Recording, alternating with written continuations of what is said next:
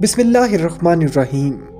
ناظرین محترم، ایک ملحد شخص نے ڈاکٹر ذاکر نائک کو لاجواب کرنے کے لیے ایک ایسا سوال کیا کہ اگر کوئی شخص سفر کی دعا بھی پورے یقین کے ساتھ پڑھے کہ اللہ اس کی اس سفر میں حفاظت کرے گا اور پھر بھی وہ پلین کریش ہو جائے تو دعا پڑھنے کا اور اللہ پہ یقین رکھنے کا کیا فائدہ؟ الحمدللہ میں مسلمان ہوں، لیکن سوال میرا ایتھیزم سے ریلیٹڈ ہے کہ ہم پلین پہ سفر کرتے ہیں اور حفاظت کی دعا پڑھتے ہیں، باوجود اس کے کبھی کبھی پلین کریش کر جاتا ہے اور پیسنجرز کی موت ہو جاتی ہے۔ اب ایک وہ شخص دوست میرا ایتھیسٹ جو خدا کے اوپر یقین نہیں رکھتا، وہ کہتا ہے کہ خدا کو پکارنے کا اور دعا مانگنے کا فائدہ، خدا ہوتا تو تمہیں بچا نہ لیتا۔ ناظرین، اس سوال کا ڈاکٹر ذاکر نائک نے دلیل اور لاجک سے بھرا ایک ایسا خوبصورت جواب دیا کہ ہال میں بیٹھے تمام لوگوں کو متاثر کر گیا۔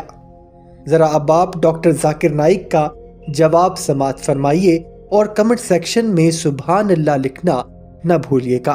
بھائی صاحب نے سوال کیا کہ ہم جب پلین میں سفر کرتے تو سفر کی دعا پڑھتے، اور کئی بار ایسا ہوتا ہے کہ پلین کریش ہو جاتا ہے تو آپ اللہ سے دعا کرتے اور دعا قبول نہیں ہوتی، اس کا فائدہ کیا دعا کا؟ میں کہتا ہوں کہ میں اگر اللہ سے دعا کرتا ہوں اور اللہ دعا قبول کرتا ہے تو میں کہتا ہوں الحمدللہ۔ اگر میری دعا کو اللہ قبول نہیں کرتا تو میں 10 گنا الحمدللہ کہتا ہوں۔ کیوں؟ میں 10 گنا اور خوش ہوں۔ کیوں؟ پہلا جو میں دعا کیا تھا وہ میرے طرف سے تھا، جو اللہ کی طرف سے آتا ہے وہ اور بہتر ہے۔ تو ہر مومن یہ کہتا ہے دعا کرو، قبول ہوا تو الحمدللہ، نہیں قبول ہوا تو ثم الحمدللہ۔ میں اس کی مثال دیتا ہوں۔ ایک شخص جا رہا تھا پلین پکڑنے کے لیے امریکہ، نیو یارک جانے کا تھا اس کا ایک بزنس ڈیل تھا۔ اس ڈیل میں اس کو $1 بلین ملنے والے تھے۔ کتنا؟ $1 بلین۔ وہ جب جاتا ہے ایئرپورٹ کی طرف، ٹریفک ہوتی ہے، بہت شدید ٹریفک ہوتی ہے، اور ٹریفک کی وجہ سے پلین چھوٹ جاتی ہے۔ وہ کہتا ہے یہ میرے زندگی کا سب سے بدترین دن ہے۔ ٹریفک کی وجہ سے پلین مس کی، وہ میرا اپوائنٹمنٹ گیا، $1 بلین کا نقصان۔ وہ کہتا ہے یہ میرے زندگی کا سب سے بدترین دن ہے۔ ٹریفک رہتی، وہ ٹریفک کے ذریعے اپنے گھر کے طرف واپس موڑتا ہے گاڑی کو، پھر بھی ٹریفک رہتی، وہ ریڈیو آن کرتا ہے، اس میں سنتا ہے جس پلین میں وہ سفر کرنے والا ہوتا نیو یارک کو، وہ پلین کا کریش ہو جاتا ہے اور اس پلین کے سب لوگ مر جاتے۔ تو وہ سننے کے بعد کہتا ہے الحمدللہ، یہ میرے دنیا کا سب سے بہترین دن ہے، کیا ٹریفک کی وجہ سے میری پلین چھوٹ گئی اور میری جان بچ گئی۔ اللہ تعالیٰ فرماتے قرآن مجید میں کہ آپ اس چیز سے محبت کرتے ہیں جو شاید آپ کے لیے بہتر نہیں، اور اس چیز کے لیے نفرت کرتے جو آپ کے لیے بہتر ہے۔ اللہ جانتا ہے، آپ نہیں جانتے۔ تو ایک مومن جو اللہ پہ بھروسہ، وہ ایتھیسٹ کیا بھروسہ کرے گا؟ ایتھیسٹ تو جانتا ہی نہیں اللہ کیا ہے۔ تو مومن جو اللہ پہ بھروسہ کرتا ہے وہ اللہ پہ یقین رکھتا ہے۔ مثال کے طور پہ ایک نوجوان مجھے موٹر سائیکل چاہیے، ہارلی ڈیوڈسن 1000 cc، دعا کرتا نہیں ملتی۔ اللہ تعالیٰ جانتا ہے اگر میں ہارلی ڈیوڈسن موٹر سائیکل دوں گا 1000 cc کی، اس کا ایکسیڈنٹ ہوگا اور وہ لنگڑا ہو جائے گا۔ اللہ جانتا ہے، وہ نہیں جانتا ہے۔ اب سمجھ رہے؟ وہ ایتھیسٹ کیا جانتا ہے؟ ہم اللہ پہ یقین کرتے۔ اسی لیے ایک اچھا مومن تاجر اگر بزنس پہ منافع ہوگا وہ کہیں گا الحمدللہ، نقصان ہوگا تو بھی الحمدللہ کہیں گا۔ کیوں؟ ایک اچھا مومن فائدہ ہے، الحمدللہ میرا فائدہ ہوا 20%، نقصان ہو تو کیا بولیں گا؟ اگر 20% نقصان ہو کیا بولیں گا؟ الحمدللہ صرف 20% ہوا،